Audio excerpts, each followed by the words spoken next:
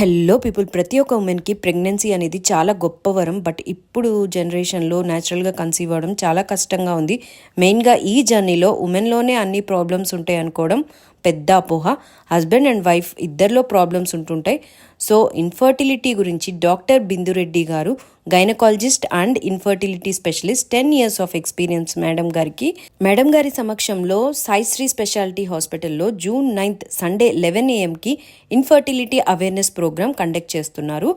ఇన్ఫర్టిలిటీకి గల కారణాలు ఏమిటి, న్యాచురల్గా ప్రెగ్నెన్సీ కోసం ఎలాంటి జాగ్రత్తలు తీసుకోవాలి, ఎలాంటి ట్రీట్మెంట్ అవైలబుల్లో ఉంది, వాటి యొక్క సక్సెస్ రేట్ ఎంతవరకు ఉంటుంది, ఇవన్నీ తెలుసుకోవచ్చు.